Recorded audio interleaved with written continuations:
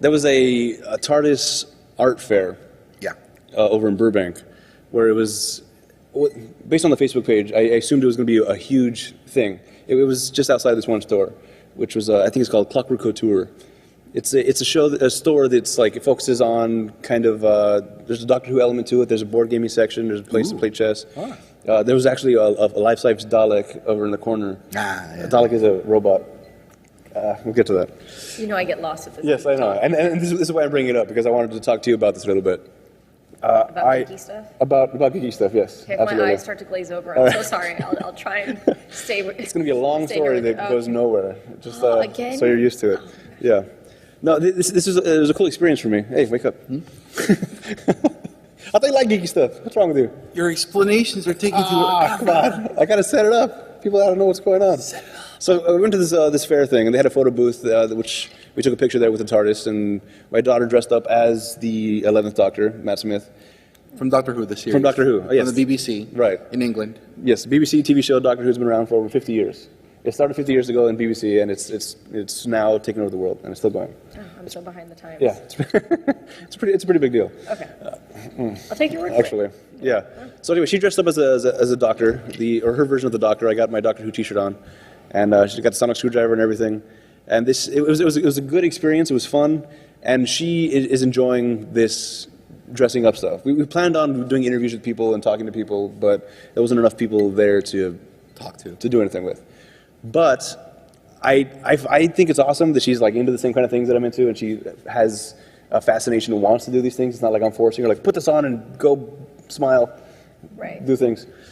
Now, I've always grown up. I grew up as a geek, so I've shocking, right? Shocking. Yes. So it's something that I'm used to and I think is okay, but you're outside of this world. Is that safe to say? Yes. Yeah. Okay. Totally safe to say. Join us. Come to the geeky side. Right. I don't know if I can. So what's the perception of us types, or of me types, if you You're already wanted? hanging out with us. You're already one step in.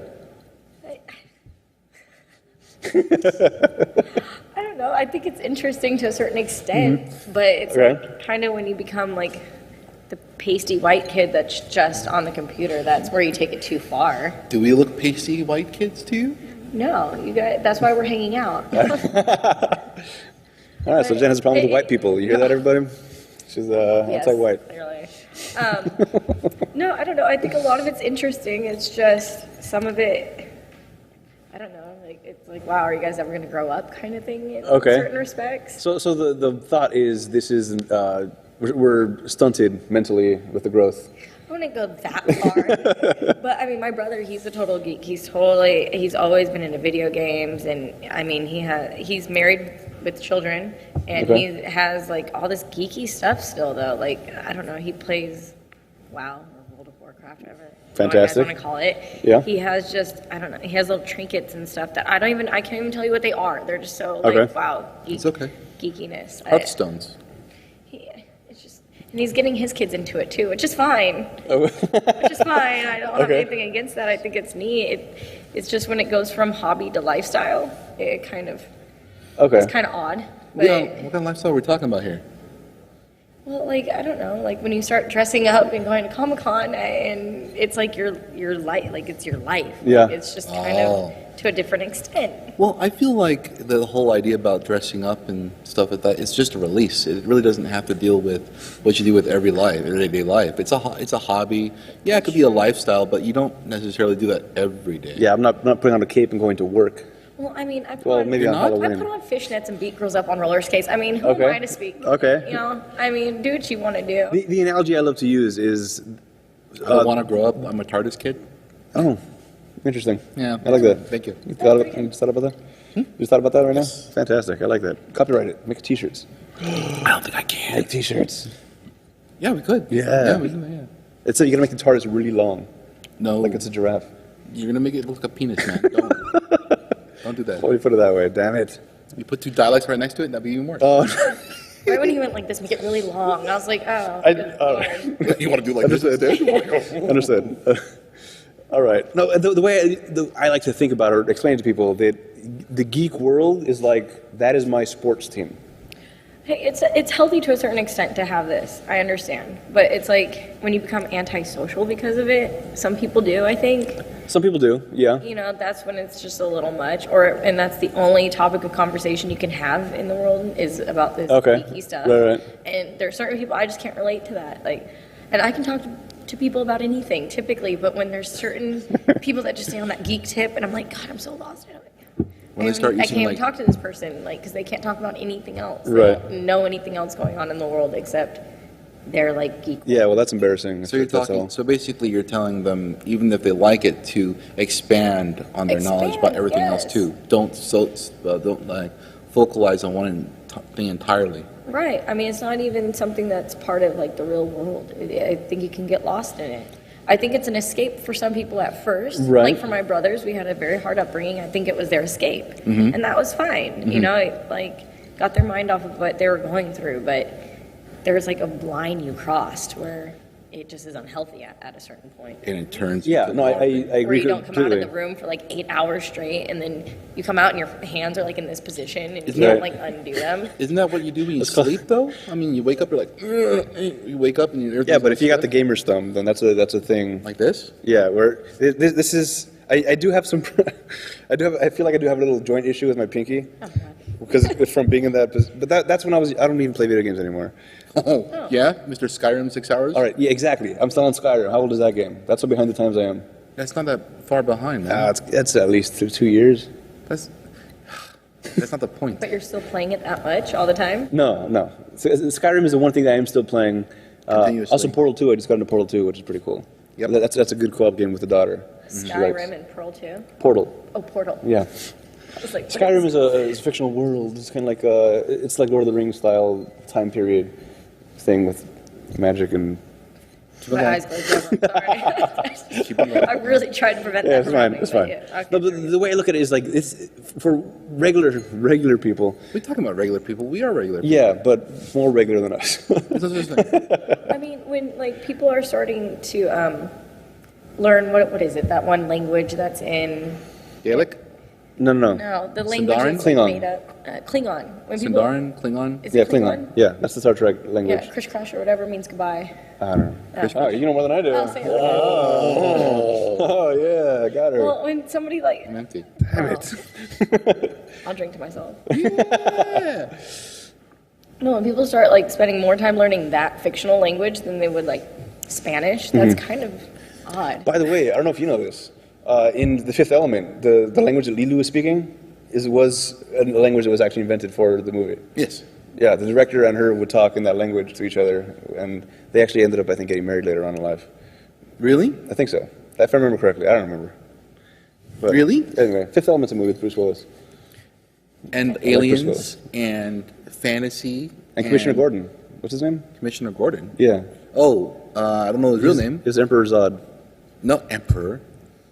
Not Emperor Zod. He was just Commander Zod? No, just Zod. No. Yes. Pretty sure it was more than that. Nope. He Anyway, had like a she's long falling name. asleep again. Okay. Okay. What I'm trying to get to again. I can't get to my freaking stories. Your stories are Let me distract long you. and With like, sports. repetitive. with Oh, sorry. Please continue. with sports, people get super involved in sports. Now they're to the point of now fantasy football, where they're literally fantasizing that they own teams. Yeah, That's- they're sad too. Okay, good. Just want to make sure that we're on the same Right, page about okay, that. yes. Because people wearing jerseys and all these things, that's our version of wearing jerseys is putting on costumes. If you kill their fantasies, you're killing their imagination. And if you kill their imagination, Imagination Land will disappear. Oh, jeez. I was wondering where that was going. It's a Yeah. South Park reference. So. Oh, okay. Decent episode. So anyway, I just wanted to hear what the opinion was from the outside world, because Outside world. See, this is a problem. Once you refer to us as the outside well, no, world, because I know that this is the issue. I'm saying, like, Well, wow, get His version of outside world is out there in the real world, guys. his version of outside world is everyone outside of his room. That's outside world. I barely spend time in my room. No, the thing is, like, I understand that my interests are not exclusive, but they're more narrow in scope to the general populace. It's starting to get there more with all the Marvel movies coming out, and the geeks starting to kind of take over a little bit more. The Comic-Cons aren't even about comics anymore. It's become like pop culture con. One of the girls that I was dating, she loves Thor. Like, Okay. that's her thing. Like before Chris She Hemsworth? knows everything about Thor. Like I don't know. Okay. She's a Thor fanatic. Okay. And she's hot. I'm like, oh wow, that's So she loved Thor before Thor was Thor. Before he was Hemsworth. Yeah. Yeah. So when he was Kirk's dad. What was that? Well, because technically, you know how like in the movie Thor, the girl that Odin's son? Sure, the girl that Thor is dating is Luke Natalie Skywalker. Portman. Yes, is Luke Skywalker's mother. Right. And Oh, you're combining all kinds of things. yes, I am. Basically, Please. it's okay because like Luke Skywalker's mother and Kirk's dad had kids or did that whole thing where they dated. See, if only the geeks would know history as well as they know actual history. If they knew that as well as they knew all this like geeky history, that's Talk to me about totally made Maritime up. Wars. I don't see. I had bad That's actually history. history. Is it maritime? Yeah, Maritime, yeah. I mean, I'm Sounds not familiar. saying I'm any better with my history. I see. But I mean, I don't know. I don't know. Like it's just weird. Like you guys like know all this history of things that are made up. Yes. You know all these facts about it's made up. Yeah. Yes. It's amazing. But we also Right. know a lot of things about things that are not made up too. True. Oh, all right. Yeah. Well, We got a lot of knowledge in a lot of different areas, but I feel like there is a little bit of escapism to it. They go to this world because it's awesome. It's that's where I fit in. And they come back, not even. I'm a spectator in this world that I'm watching. I'm not an active participant But I'm until I put the watching. costume on. and then you come back and pay I bills. remember a picture of you and your daughter dressed up as some Star Wars. Yes, that was Star Wars Celebration last year. Okay. Well, That was good times. it was cute. Yeah, I think so. It's fine. Told me a lot about you. By the way, I went straight from there To my roller derby game. to Yeah. be a brawl breaker. I like how you said, "Oh, I might be late because I have to change out of my Darth Vader uniform." It was a Jedi. Oh, I'm so It's a sorry. Jedi. God. And you guys get so although hostile although about he's it. technically a Jedi, I understand. Do I But get all hostile if you don't know something about roller derby? Yeah. No. on top of me just punching. Did you not learn your lesson from watching me? I'm sorry. Don't make me throw a punch you like I did that one chick, okay? Yeah, no, but I do the fake nerd rage because I find it funny. It is kind of funny, but at times, like, it's so real in some geeks yes, that it's, yes. a little overwhelming. Like, oh, I'm so sorry, I don't know your fictional world. Yeah, some people do take it too seriously. These are the same kind of people that are part of the fairy tale football leagues. Yeah. No, football fanatics are in their whole other class of odd. But I feel like they're more quick to aggression about their fanaticism. Well, yeah, I mean, look at Raiders fans. Like, oh my God. Yeah, those are the worst. I feel that it's not based upon who's more angry or something like that. It's just who's had more time to do that. Like who's had more chances to be socially angry about what they really are passionate about. I just feel like people are going to be more quick to get in a fight over who's the better quarterback versus what school of magic, what school Harry Potter was going to be a part of. But Or they're what team. also having pride in their team, like, as their state, too. Like, oh, you know, you're the California Chargers or you're the whatever. Like, there's pride there from, like, just being a native of that state. So you're also representing not only the team, but your whole lifestyle, get your whole that. state. Like for instance, you know how in like Harry Potter, a lot of people they I do love related. Harry Potter. Huh? I do love Harry Potter. Oh, Okay, good. Yeah. Oh. All right, something we work with. All right. That is my That's our in. That's our in. You know how there's different First Harry spectrum. Potter, next Star Wars, and just go Firefly, and they're going to take over your entire life. What have I gotten myself into?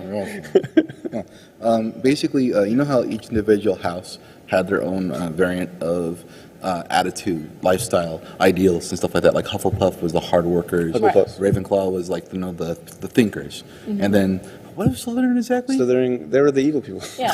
That's about it. I thought they were the most. Dark magic. The dark arts. No, that was what they prided themselves into. But what they were known for, I think, was their not intelligence per se, but their Ruthlessness? let's call it passion. Passion, sure. Okay. Let's call it We'll passion, right?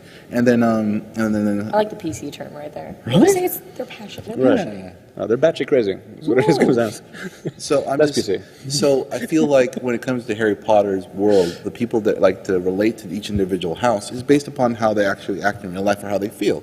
So certain things that how they like people that work really hard and have those type of mentalities of strong moral ethics, they usually they like Hufflepuff, or people that like to be the hero or Gryffindor kind of thing.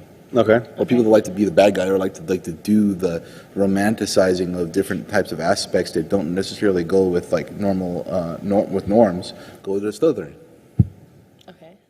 So I feel like where were we going with this? We're talking about football. Oh,